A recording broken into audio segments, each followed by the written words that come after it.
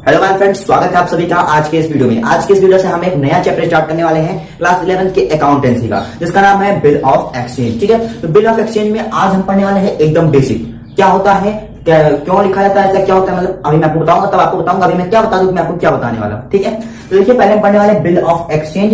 अभी हम सबसे पहले इसमें समझते हैं बिल के बारे में। अभी आज का ये वीडियो बेसिक होगा, इसमें हम थोड़ा बेसिक नॉलेज लेंगे, उसके बाद हम सवाल की तरफ बढ़ेंगे। सवाल बहुत आसान होते हैं, बहुत मजेदार सवाल होते हैं, बस कुछ नहीं करना होता, जर्नल एंट्री करना होता है। जर्नल एंट्री हमने सीखा है कहेंगे आप तो, लेकिन हमें यहाँ पर कुछ नए सीखने, बिल से संबंधित जर्नल एंट्री करना है। तो आइए बिल ऑफ एक्सचेंज समझते हैं। देखिए दोस्तों, चैप्टर का नाम हमारे पास बिल ऑफ एक्सचेंज। देखिए इसमें हम सबसे पहले बिल के बारे में समझते हैं कि बिल क्या होता है। तो देखिए दोस्तों, सबसे पहले हम चलते हैं बिल की दुनिया में कि बिल होता है। हम चलते हैं पहले व्यवसाय की दुनिया में। ठीक है, व्यवसाय की दुनिया में क्या होता है कि ऐसा होता है कि एक व्यवसाय, चलिए एग्जांपल देता हूं। एक व्यवसाय है जिसका नाम है राम, दूसरा व्यवसाय है उसका नाम है श्याम। नाम है राम, श्याम सबको याद होता है, सबको जाता है। तो एक व्यवसाय है राम, दूसरा व्यवसाय है श्याम।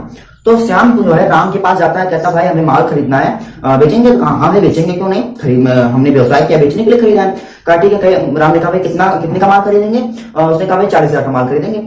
फिर कहा ठीक है, कब ले जाएंगे? कहे आज ही ले जाएंगे, लेकिन दिक्कत यह है कि मैं पैसा पूरा नहीं दे पाऊंगा, पैसा मैं दे नहीं पाऊंगा। ठीक है, मैं 2 महीने बाद उसका पैसा दूंगा, 2 महीने बाद उस माल का पैसा मैं आपको भुगतान करूंगा, अगर आपको मंजूर है तब दीजिए। कहा ठीक है, लेकिन दे दीजिएगा 2 महीने बाद, भरोसा करके दे रहा हूँ। ठीक है, कहा ठीक है 2 महीने बाद आप आ जाइए, मैं आपको पूरा पैसा दे दूंगा। ठीक है, कोई दिक्कत नहीं होगा। ठीक है, माल उसने दे दिया, वो माल लेकर चला गया। ठीक है, माल उसने दे दिया, माल लेकर वो चला गया। अब 2 महीने बाद राम जो है श्याम के पास जाता है और श्याम से कहता है भाई श्याम लाइए मेरा पैसा दीजिए आपने। तो श्याम कहता है भैया आप कौन है? राम से कहता है आप कौन है, मैं आपको जानता नहीं, कैसे पैसे देंगे आप मुझे? तो राम कहता है अरे भाई आपने मुझसे माल खरीदा था और उसके पैसे 2 महीने बाद आपको देने थे, याद कीजिए। कहते नहीं भैया मुझे तो कोई याद नहीं, मुझे तो कुछ पता नहीं है, हो सकता है आप आपने किसी और को माल बेचा हो, मुझे नहीं पता। ठीक है, तो वो पैसा अब राम वापस चला आया। अब वो पैसे राम के डूब गए, 40,000 रुपए गए, 40,000 का माल खरीदा बेचा था, वो डूब गए। अब ध्यान से देखिए, जो बिल होता है ना, इसी के लिए होता है। बिल जो है इसी के लिए होता है कि पैसा डूबने ना पाए, इसलिए बिल लिखा है। कैसे? अब देखिए थोड़ा सा आगे बढ़ते हैं। अब राम जो है ना होशियार हो गया, राम व्यवसाय जो है वो होशियार हो गया। अब एक जगह अपनी दुकान बैठा था, तो एक दूसरा व्यक्ति, दूसरा व्यवसाय आता है, श्याम नाम का दूसरा व्यवसाय आता है और कहता है भाई राम जी, राम हमें जो है माल खरीदना था, कुछ 30,000 का माल खरीदना था और मैं पैसा भी नहीं दे पाऊंगा आपको, पैसा मैं आपको लगभग 1 महीने बाद दूंगा आपको। अभी मेरे पास पैसे नहीं है, मुझे माल की बहुत अर्जेंट है और पैसे मेरे पास अभी है नहीं, तो जब 1 महीने बाद मैं आपको पूरा भुगतान कर दूंगा। राम ने कहा ठीक है भाई मैं दे दूंगा आपको पैसा, इसी क्या गारंटी आप मुझे पैसा दे देंगे 1 महीने बाद? कभी भरोसा कीजिए, मैं आपका पुराना ग्राहक हूँ। ये पुराना ग्राहक था, रमेश पुराना ग्राहक था। कभी मैं आपको पुराना ग्राहक भरोसा कीजिए, आपने नगद लिया, उसके बाद उधार दे दीजिए। कहा ठीक है ले जाइए, लेकिन उसने कहा मैं इसके साथ एक शर्त लिखूंगा आपको। एक शर्त रहेगा कि आप माल ले जाइए, उसके बदले मैं आप पर एक बिल लिखूंगा, आप उस बिल को स्वीकार कीजिए, आप उस बिल को स्वीकार कीजिए, तब मैं आपको माल दूंगा, आपको माल बेचूंगा। ठीक है भाई कोई दिक्कत नहीं, हमें तो भुगतान करना है, आप बिल लिख लीजिए, कोई दिक्कत नहीं। उसने उसको माल बेचा, उसने राम ने एक बिल लिखा, उसमें जो भी होता है होगा फॉर्मेलिटीज की, इतनी तारीख को मैंने जो है इनको इतने का माल बेचा और इन्होंने इतने दिन बाद जो है इतने महीने बाद पैसे देने का वादा किया है, पैसा मुझे देंगे। ठीक है, तो ऐसा कुछ लिख करके उनको दे दिया, उन्होंने उसको एक्सेप्ट कर लिया, साइन कर दिया, अपना व्यवसाय का मोहर लगा दिया, जो भी करना होता होगा करके उन्हें वापस भेज दिया। अब वो जो राम ने उसको रख लिया। ठीक है, 1 महीने का बिल लिखा गया था। अब देखो 1 महीने बाद चलते हैं, 1 महीने राम उस बिल को लेकर रमेश के पास गया। ठीक है, और रमेश को लिखा भाई देखिए आपको मुझे पैसा देना है और देने पैसा दे दीजिए हमारा बिल दिखाकर। तो वो राम श्याम क्या कहेगा, बिल ले लेगा और पैसा दे देगा। बिल ले लेता क्योंकि कहीं इसका मिसयूज ना होने पाए, फिर लाकर हमें दिखाए। ठीक है, तो ये होता है बिल का काम, बिल का मतलब। ठीक है, अब आइए चलते हैं। देखिए दोस्तों, हमने बिल के बारे में विस्तार से समझा कैसे होता है। अब देखिए जो बिल होता है ना, ये वैधानिक रूप से मान्य होता है, वैधानिक रूप से लीगली जो है वैलिड होता है, मान्य होता है। अगर कोई व्यक्ति, यानी कि अगर राम ने श्याम के पास गया उस दिन, जिस दिन 1 महीने बाद, ठीक है, जिस दिन भुगतान करना था उस दिन गया और उन्होंने बिल दिखाया, अगर राम श्याम कह देता रमेश था ना, रमेश अगर कह देता नहीं भाई मैं पैसा नहीं दे पाऊंगा, या मैं नहीं जानता आपको नहीं दे पाऊंगा, मुझे कोई पैसा नहीं देना है, जैसे श्याम ने किया था वैसे करता ना, तो राम उस बिल को लेकर के कोर्ट में जा सकता था, उस पर मुकदमा कर सकता था, उसे कोर्ट में घसीट सकता था। ठीक है, लेकिन अभी मतलब वहां पर दे दिया था, अगर नहीं देता तो बिल के आधार पर उसे कोर्ट में घसीट सकता था। ठीक है, तो ये होता है बिल का फायदा, ये होता है बिल। और बिल ऑफ एक्सचेंज है ना, तो देखिए बिल ऑफ एक्सचेंज, बिल का बदलना, बिल को बदलना, माल दिया, बिल एक्सेप्ट करके उसने लिया। ठीक है दोस्तों, समझ में आएगा, मुझे उम्मीद है आपको बिल की दुनिया में जाकर हमने बहुत अच्छे से समझा। अब नेक्स्ट चीज समझते हैं कि हमारे पास बिल जो है 2 तरह से होते हैं, 2 प्रकार के समझ सकते हैं। एक होता है बिल रिसीवेबल और दूसरा बिल्स पेबल। एक होता है बिल्स रिसीवेबल, एक होता है बिल्स पेबल। ठीक है। अब फिर से उसी दुनिया में चलते हैं, उसी बिल की दुनिया में चलते हैं, आपको समझाता हूँ बिल रिसीवेबल क्या होता है और बिल पेबल क्या होता है। तो आइए देखिए दोस्तों, यहाँ पर राम ने बिल लिखा था और भेजा था किसके पास, श्याम के पास। अब यहाँ पर टर्म मैं आपको बताता हूँ, बेसिक टर्म क्या है, इंपॉर्टेंट टर्म, जैसे हमने बेसिक अकाउंटिंग टर्म पढ़ा था वैसे यहाँ पर इसमें टर्म को समझते हैं।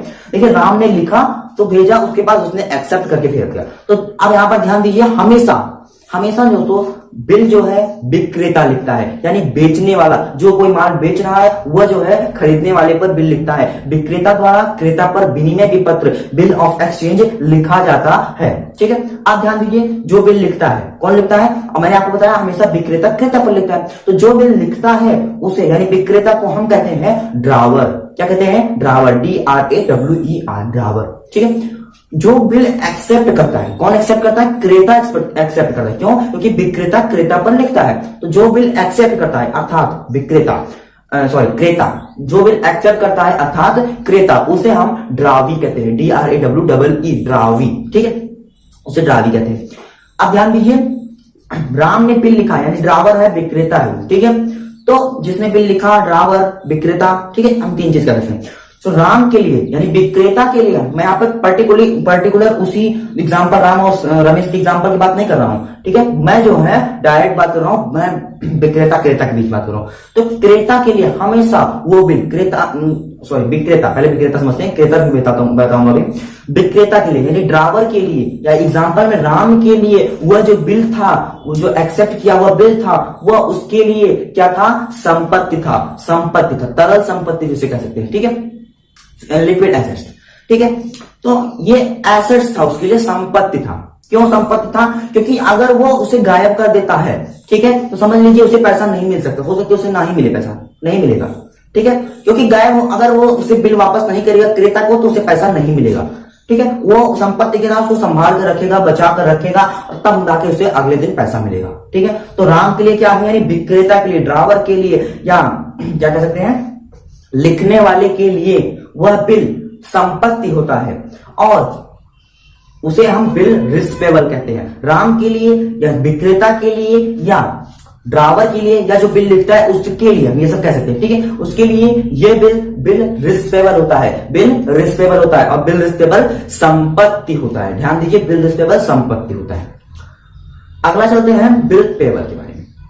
बिल पेबल, तो देखिए जो क्रेता होता है यानी जिसे हम ड्रावर कहते हैं, या जिसे जो बिल को स्वीकार करता है, उसके पास जो बिल होता है उसे हम बिल्स पेबल कहते हैं, बिल्स पेबल कहते हैं। आपको ये बात ध्यान देना है, बिल्स पेबल और बिल्स रिसीवेबल दोनों में अंतर यह है कि बिल रिसीवेबल क्रेता के पास होता है, ड्रावर के पास होता है, और वो उसके लिए संपत्ति होता है, और बिल्स पेबल क्रेता के लिए होता है और वो उसके लिए दायित्व होता है, वो उसके लिए दायित्व, लाइबिलिटीज होता है, ठीक है, वो उसके लिए लाइबिलिटीज होता है। उम्मीद करता हूं आपको दोस्तों बहुत ही अच्छे से ये सभी चीज समझ में आ गया होगा, ठीक है।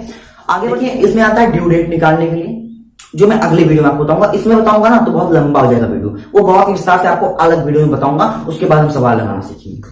अभी हम समझते हैं कि जो ये बिल है किसके पास, विक्रेता के पास, ड्रावर के पास, यानी बिल को लिखने वाले के पास जो बिल है वो इसको कैसे कैसे इस्तेमाल कर सकता है। देखिए ये जो है 4 तरह से इसको इस्तेमाल कर सकता है, 4 तरीके से। कैसे, एक तो पहला, वो बिल को अपने पास रखे, कब तक, जब तक ड्यू डेट नहीं आता, जब तक वो तिथि नहीं आ जाती जिस दिन बिल को भुगतान किया जाना है, तब तक उस बिल को अपने पास संभाल कर रखे, और भुगतान तिथि आने पर, ड्यू डेट आने पर वो बिल लेकर के क्रेता के पास यानी ड्रावर के पास जाएगा, और यानी स्वीकार करने वाला भी कह सकते हैं, वहां पर मैं तीनों कह सकता हूं, ठीक है, उसके पास जाएगा, बिल दिखाएगा, पैसा ले लेगा, बिल उसको दे देगा, ठीक है। तो ये तो पहली कंडीशन होगी, पहला इस्तेमाल। दूसरा, मान लेते हैं 2 महीने का बिल लिखा गया, 2 महीने का बिल लिखा गया है, ठीक है, और 2 महीने के बीच में विक्रेता के पास यानी ड्रावर के पास जो है, ड्रावर को मतलब पैसे की कमी हो गई, मतलब कहीं से उसे पैसा चाहिए था, तो वो क्या करेगा, उस बिल को ले जाएगा अपने बैंक में, अपने बैंकर के पास जाएगा, उन्हें दिखाएगा, भाई देखिए हमारे पास ये जो है बिल है, इस बिल का अमाउंट जो है इतने तारीख को मिल जाएगा, आप मुझे इतना पैसा दे दीजिए, मेरा काम चलता है, मुझे अभी पैसे की जरूरत है, आप इस बिल को रख लीजिए, इस डेट में आप जाके इनसे पैसा ले लीजिएगा। कहा ठीक है भाई, लेकिन फिर बैंक ने कहा भाई हमें इससे क्या फायदा होगा, हमें तो भाई मेहनत करके जाके उनसे वसूलना पड़ेगा पैसा। तो फिर कहा भाई, हम बैंक ने कहा हम इसके लिए चार्ज लेंगे, कुछ डिस्काउंट आपको देना पड़ेगा मुझे, मतलब कि अगर 20,000 का बिल है तो आप 19,000 ले जाइए, 500 रुपए मैं लूंगा, ठीक है। तो अब बैंक क्या करे, इसे क्या कहते हैं, इस प्रक्रिया को कहते हैं डिस्काउंट कराना बैंक से। इसे हिंदी में भुनाना कहते हैं, बैंक से भुना लेना। ठीक है। तो विक्रेता क्या करेगा, बैंक से भुना देगा कुछ % डिस्काउंट पर। ठीक है। परसेंटेज दिया रहेगा सवाल में, या तो कहेगा 20,000 का बिल है 19,500 में भुगता लिया, भुना लिया, और 500 रुपए क्या हो गए बैंक के पास रहेगा, उसका वो भी तो कुछ कमाएगा, वो विक्रेता से भुना लेगा, पैसा उसको मिल जाएगा। 19,500 विक्रेता को देगा और 20,000 क्रेता से लेगा, तो 500 रुपए का फायदा होगा उसका। तीसरा कंडीशन क्या है कि वह उस बिल का इंड्रोज कर दे, बेच दे, बेचान कर दे। ठीक है, उसे बेचान कहते हैं। मतलब क्या है कि मान लेते हैं उसका कोई क्रेडिटर लेनदार है और वो बार बार उसको परेशान कर रहा है, भाई पैसा कब दोगे, पैसा कब दोगे, या वो कभी भी तुरंत माल कहीं से खरीदा है, अभी उसको पैसा देना है, तो वो क्या कर सकता है, उस बिल को उसे दे सकता है, कहे भैया लीजिए 20,000 का बिल है, आप जाके इनसे पैसा ले लीजिएगा, मेरा पीछे छोड़िए। ठीक है। इस तरह से हो सकता है कि वो बिल का बेचान कर दे, आपने किसी लेनदार को दे दे उसको। ठीक है। तो ये तो हो गया। और चौथा कंडीशन ये है कि मान लेते हैं उस व्यवसाय के घर में चूहे में ज्यादा रहते हैं। ठीक है। या उसी घर में बच्चे रहते हैं। ठीक है। तो उस व्यवसाय के घर में जो है ये सब, या फिर वो उसे डर है कि ऐसे संभाल कर नहीं रख पाऊंगा इतने दिन तक, तो वो क्या करता है, उसी दिन जिस दिन एक्सेप्ट होता है या कुछ दिन बाद, या फिर समझते कुछ दिन बाद जो है उसको ले जाकर बैंक में जमा कर देता है कि भाई आप इसको वसूल करके आप पैसा मुझे दे दीजिए। हो सकता है, और इसके लिए बैंक कुछ चार्ज भी लेता है। आप कहेगा भाई आप ले जाइए, इसको वसूल लीजिए पैसा और मेरे बैंक डाल दीजिए, इसके लिए कुछ चार्ज लीजिए। वो क्या होगा, बैंक उसे संभाल कर ड्यू डेट तक रखेगा और उस दिन जाकर, ड्यू डेट के दिन जाकर के उनसे पैसा ले लेगा, उसके बैंक अकाउंट में या उसको कैश दे देगा और उसके बदले कुछ चार्ज ले लेगा। या तो हो सकता है कि जो विक्रेता है, ड्राइवर है, या जो बिल लिखता है वो जो है उसे जाकर वसूलना ना पड़े, इस वजह से वो जाकर बैंक में उसे जमा कर दे। कुछ दिन बाद, जिस दिन ड्यू डेट है भुगतान देते हैं उसके कुछ दिन पहले ही, 2-4 दिन पहले ही जाकर उसे बैंक में दे दे और कहे भैया आप इसका पैसा वसूल लीजिए, मुझे दे दीजिए। उसे वसूलना नहीं पड़ेगा जाकर के, नहीं वो जाके वसूलेगा, उसे हो सकता है उसे ना पसंद आए। ठीक है। तो ये हो गया 4 कंडीशन, और इन चारों कंडीशन का जर्नल एंट्री करना रहेगा कि जब वो अपने पास रखेगा और पैसा मिलेगा तो क्या एंट्री होगी, जब वो बैंक से भुनाएगा तो क्या एंट्री होगी, और फिर अगर किसी को वो बेचान करता है तो उसकी क्या एंट्री होगी, और अगर वह बैंक में कलेक्शन के लिए, संग्रह के लिए जमा कर देता है तो उसकी एंट्री क्या होगी।